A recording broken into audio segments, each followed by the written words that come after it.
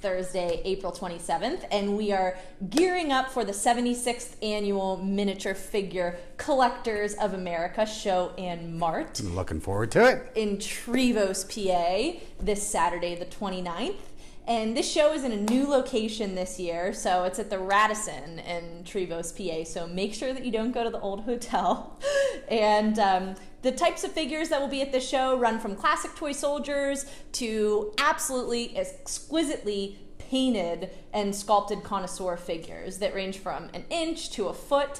And really what makes this show stand out from the rest are that modelers and artists come from all over the world to exhibit in this model competition, and anyone from novice to advanced is really encouraged to participate. They even have a junior division for 16 and under, and they even have an awards banquet on Saturday at 5 p.m. So following the show. It's one of my favorite shows. I've been doing this show since the late 80s, and it's really neat because they have this whole exhibition hall set up, and they have modelers from all over the world that come in, and they've literally been working on these pieces for 8 months, a year, 16 months, literally. And they'll put them on elevated tables, and they break them into their different groups, like you said. And you can go through and just really get close. You can meet the artists. You can talk to them. It's really a nice way to spend a Saturday afternoon. It really is, and you won't really see anything as grand as this at any other show as far as the model category goes. So I really love it and love walking around and seeing all the different ones. And the show runs from 9 to 3 p.m. on Saturday. Admission will be $10, and for more information, specifically address, or if you have any other questions, you can visit mfcashow.com. And this show, like we said, has been going on for 76 years, and it was founded in 1941. So it's been going on for quite a while. It's one of the oldest shows around. It's really amazing. It really is. And we would like to thank all of the staff and definitely all of the members of the MFCA for putting together such a fantastic show for all of this time. And we certainly enjoy it. And we travel to it every year as well. And while we are thanking people, we would also like to shout out to everyone who stopped by our booth at the Chicago Toy Show last weekend. It was a blast, wasn't it? It was. You have a good time? St. Charles is a really fun town, so we enjoyed that, and we got to spend some quality time with Dale Kelly and Papa Sage, and Bree was hanging with the Wookiee. Yes. yeah. Well, there's Star Wars impersonators and things that walk around the show. So we have some good photographs of that on our website. Yes, we did. And thanks to Keith and Paula for all of your help as well. And we also enjoyed our time with Gary Senemy in the summers. So that's true. Thank you to everyone who stopped by there. And with that being said, we're going to feature some items today that we are going to have available in Trevose on Saturday. So these will be at our booth. They're available for sale. Just a little sampling of the things that have come in over the last month, Bree. Yes, so we're going to begin with some Japanese dime store figures. So we're going to the city of brotherly love. We are. And here we have the police of Philadelphia. Let's show them this one here, Bree. Okay. That's one of the best pieces. We have this guy right here, which I do agree is a very nice piece. And typically dime stores do come individual. Ray, is there a reason why this one comes as a set? Okay, what's so interesting with this is this was actually made in Japan.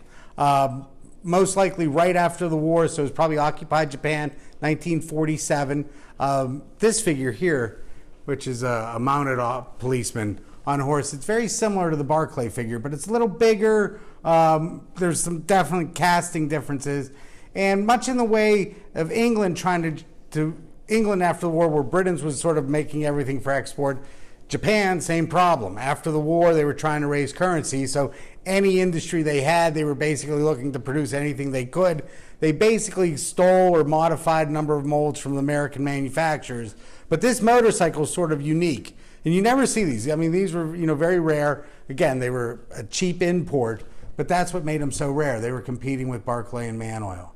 So I thought it was neat. It's a set here. There's five sort of foot cops. We do, yes. Yeah, 2 motorcycle cops and a mounted one. There's some little guys, and then this is just a little picture that came with the collection. So as you can see, that is the set in its entirety there. So I just thought it was neat. Not your regular dime stores. No, they're definitely not. So they're unique, and these police officers will be at our table, so you can look out for them. Next, we're moving on to a set made by Charbon, and it's a delivery van with horse and man. That rhymes. And this comes with an original box, and it was a set that was made in England, and I think that it's this beautiful baby blue coloring, so I really love the box. And I'm going to have to lift this up separately, but here we have the van itself and the little horse that would go with it there. See that? Now, I wanted to feature this one. It sort of marks a transition between lead figures and die-cast figures.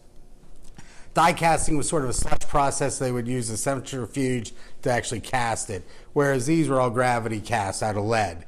The card here is die cast. The horse is made out of lead. We have a little figure over there that comes with it. A little man who's holding a little basket. That's the basket too. These are two separate. And again, now those are lead too. So just real interesting. Charbon, sort of transitional, fairly rare, not extremely rare. But I really love the condition of the box. It really is minty. Came from Newberry's, 59 cents originally. It's a little more now, but it's a beautiful piece. So we'll have that at our booth. It is, and it is set number 7. So Charbon set number 7. For reference purpose. So that was our little delivery van, and we're going to stay in this category with It's Bree's favorite category. A windmill. And I think this one's just really neat too. It also has a minty box that's very nice. Also made in England. And it is set number 531. And it actually, the windmill itself, does a little spin. It makes a beautiful little scene. And we sell a lot of these. Made by a company called F.G. Taylor and Son, another small English manufacturer that proliferated after the war. Again, just beautiful condition. Not extremely rare. Just a fun piece. Great if you're building like a little sort of civilian scene. It mixes with garden. It mixes with farm.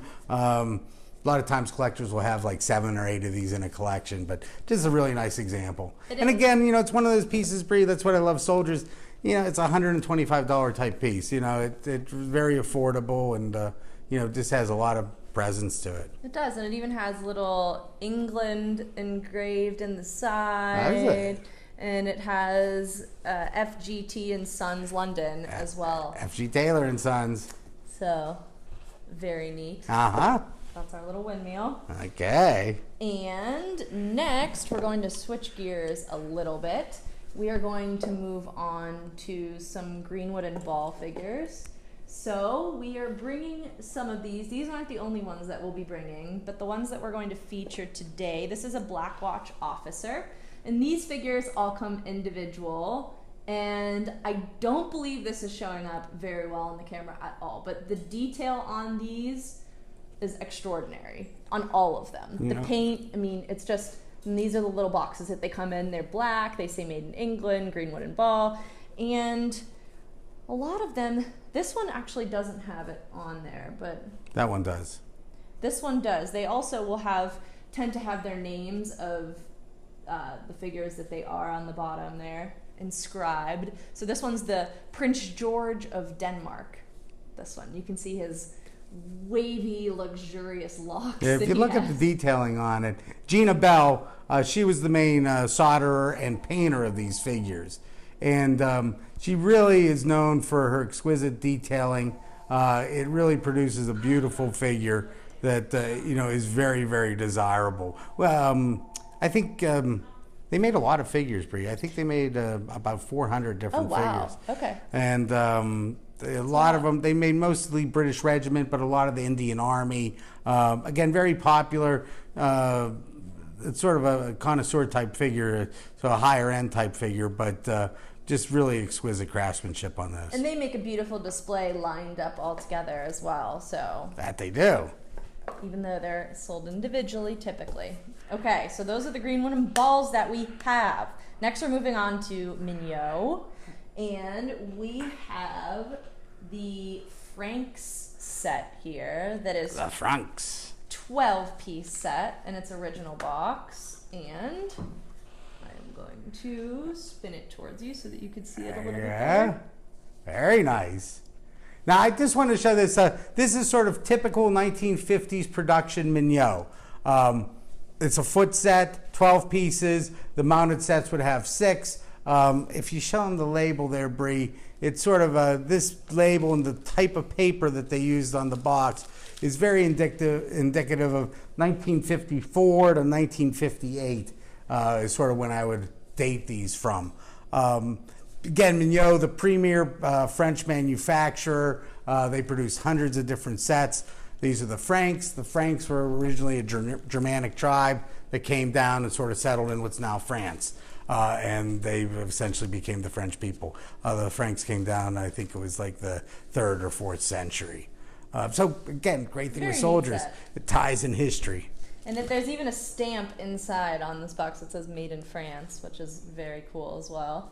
So yeah, great condition. Mignot, Mignot was always the expensive toy soldier. So I hear time and time again when kids would go to this store, most of them, like the poor kids, they would get the dime stores. The sort of middle class would get the Britons, but the rich kids, they all got the Mignot. I believe that set cost about $5 in the 50s, whereas you could buy a set of Britons for usually $1.25, and the dime store soldiers were 10 cents each. But, right. Really a beautiful, beautiful set. It really is. Very interesting. So we'll have a number of Mignot at the show. So we're going to have some Mignot. Next, we are moving on to Britons, and we have some attendants of the state coach here that also come in their original box. Beautiful, beautiful box. Label is pristine, as well as the figures themselves, as you can see.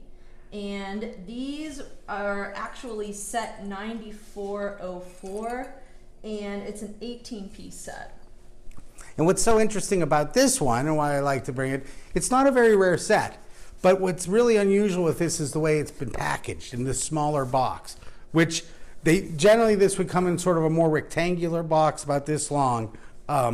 This one, still originally tied, definitely came from the factory like this, but just the way that they're packaged in here makes a very interesting presentation and makes it much rarer than just the individual figures or the other sets. I've never seen another one like this. So we do have a lot of collectors. They like this kind of variations. They'll add them to their collection. So it's very unusual.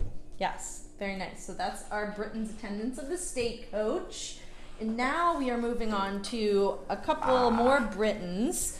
These are both, the next 2 sets we're going to show, Gamages sets. So this is a Gamage set. You can see that. Now, Gamages was a department store in England, and they competed with Hamleys and Selfridges. Those were the main ones. Harrods, I don't think was in existence at that time. Or Gamages came in the late 1800s, and I think they closed in the 1970s. Now, what makes this so interesting? They were basically in central London, but they would commission Britons to supply figures and packaging. So they basically would package everything bought from Britons, but they would package it under their name, and they would sell it in their store. So this one is a large set. This actually came from the Bill Mealy collection. Yes. As the lid. And this one is a 26-piece Royal Air Force display. Yeah, so this basically shows all the different pieces from the Royal Air Force. Very unusual. I've never seen another one like it. Obviously they were probably doing some sort of special around Christmas for Gamages. And you don't really see the Gamages sets too often, but they do exist. And again, sort of like the previous set we talked about, you're buying a lot here is the packaging. The figures are rare, but the box is super rare. Right. So that's what a lot of the collectors like with that.